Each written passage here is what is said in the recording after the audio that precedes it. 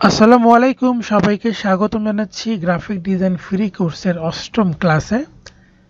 যারা আগের ক্লাসগুলো দেখেননি, আজকে প্রথম আসছেন, আপনাদের কাছে রিকোয়েস্ট থাকবে ইউটিউব চ্যানেলে এবং ফেসবুক পেজে সিরিয়াল ওয়াইজ প্লেলিস্ট করা আছে। ক্লাস 1 থেকে শুরু করে আসবেন, তাহলে ভালো শিখতে পারবেন এবং ধারাবাহিক থাকবে।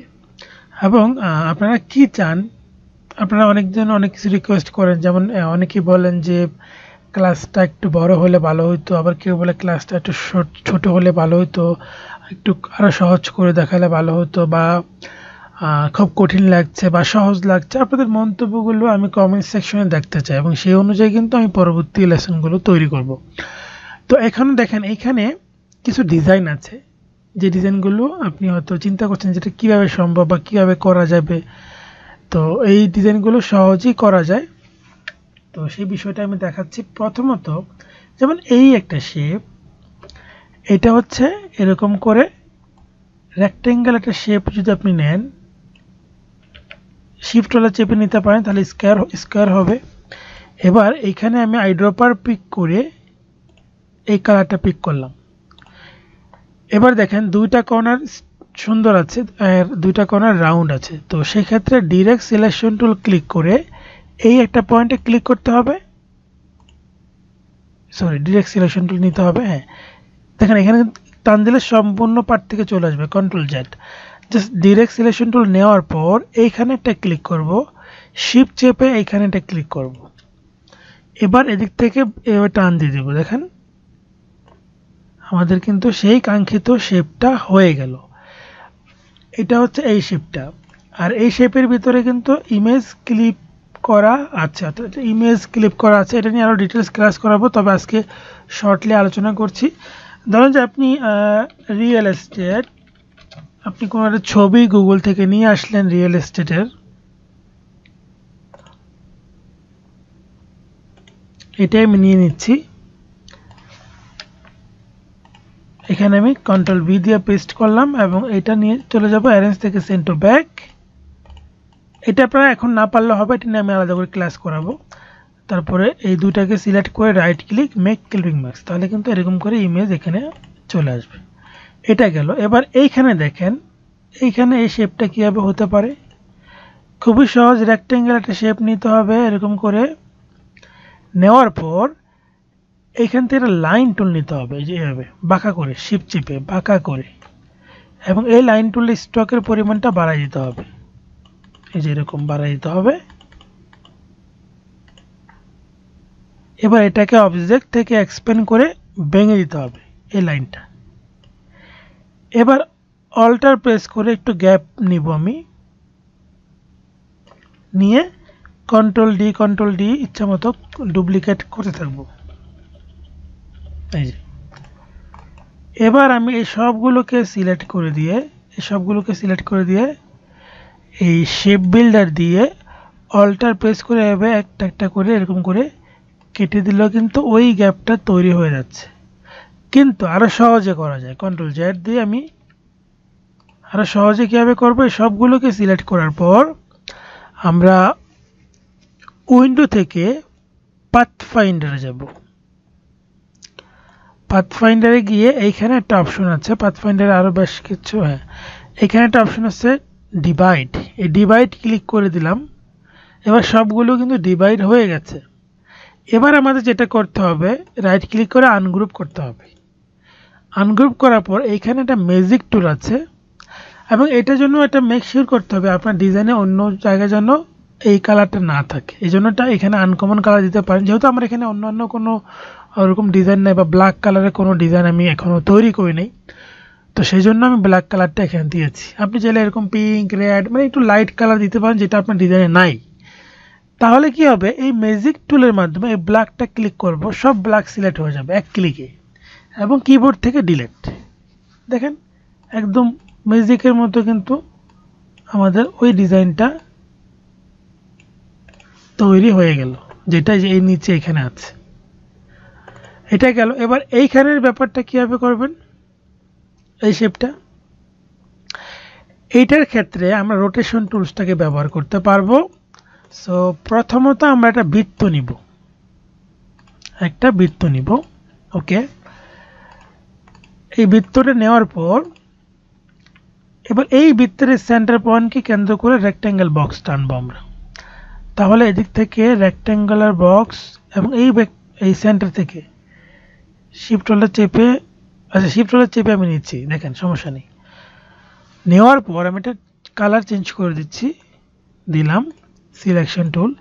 এবার এটাকে এইভাবে রাখবো, এই সেন্টারের মধ্যে কর্নারটা রাখলাম, তাহলে আমাদের কোনো সমস্যা হবে না, ঠিকঠাক থাকবে। এবার যদি ছোট করে দরকার হয় সিলেক্ট করে শিফট চেপে কর্নারটা এইখান থেকে টান দিলে কিন্তু ছোট হবে, সেক্ষেত্রে কোনো সমস্যা নাই। এবার এটাকে অ্যারেঞ্জ থেকে সেন্ড টু ব্যাকে পাঠিয়ে দেব। এবার আমরা যেটা করব দেখেন, এই কর্নার রাউন্ড, তার মানে ডিরেক্ট সিলেকশন টুল ক্লিক করে আগের মতো এখানে ক্লিক, শিফট চেপে এখানে ক্লিক, তারপরে এরকম করে রাউন্ড করে দিচ্ছি, ব্যাস রাউন্ড হয়ে গেল।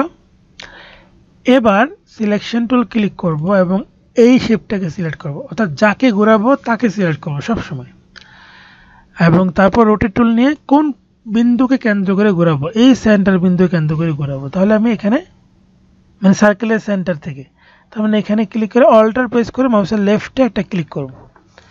আমাদের কয়টা লাগবে? 4টা, 360/4, দেন কপি,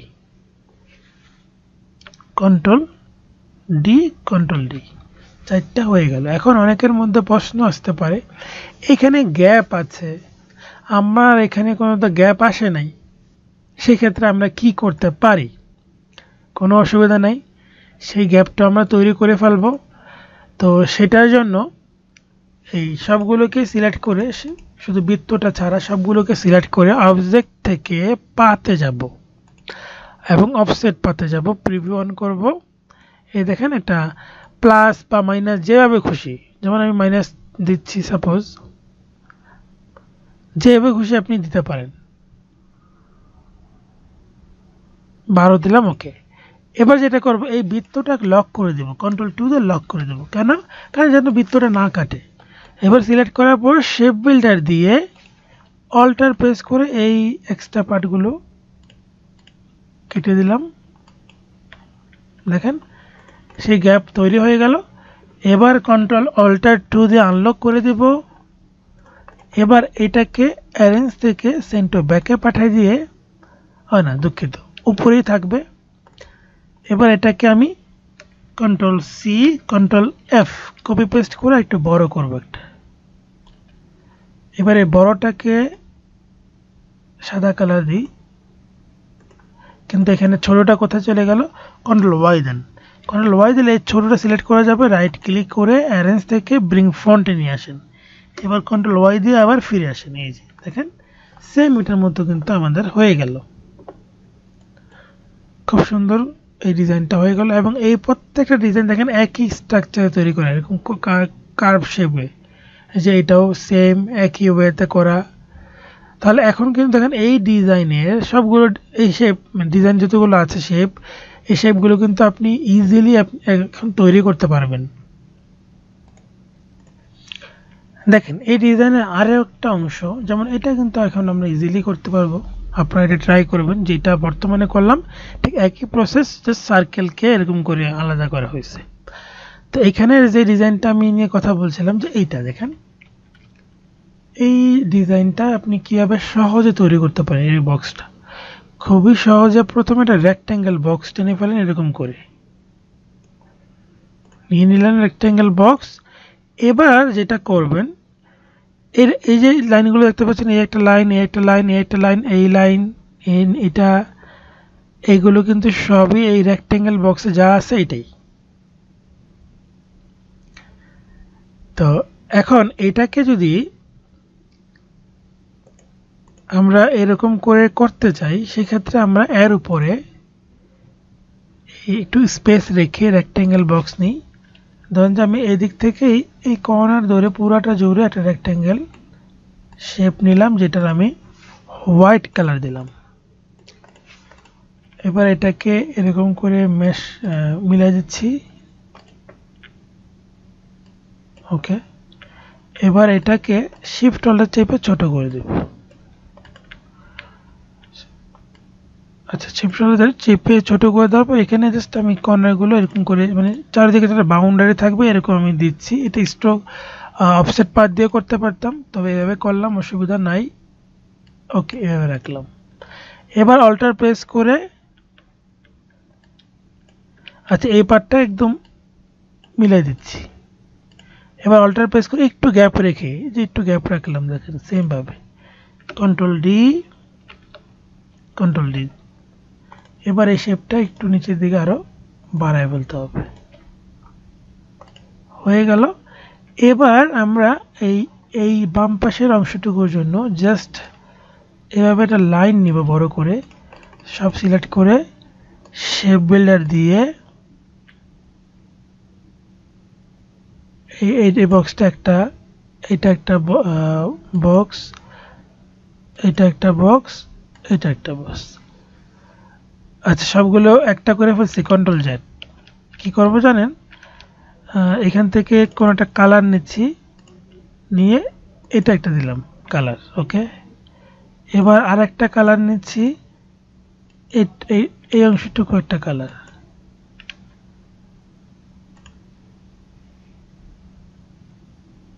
আচ্ছা, এই অংশটুকু একটা কালার দিলাম। এবার আরেকটা দিচ্ছি, এবার এই অংশটুকু একটা কালার। এবার আরেকটা নিলাম, এই অংশটুকু একটা কালার। এইভাবে কিন্তু আমরা এই শেপগুলোকে তৈরি করে নিতে পারি।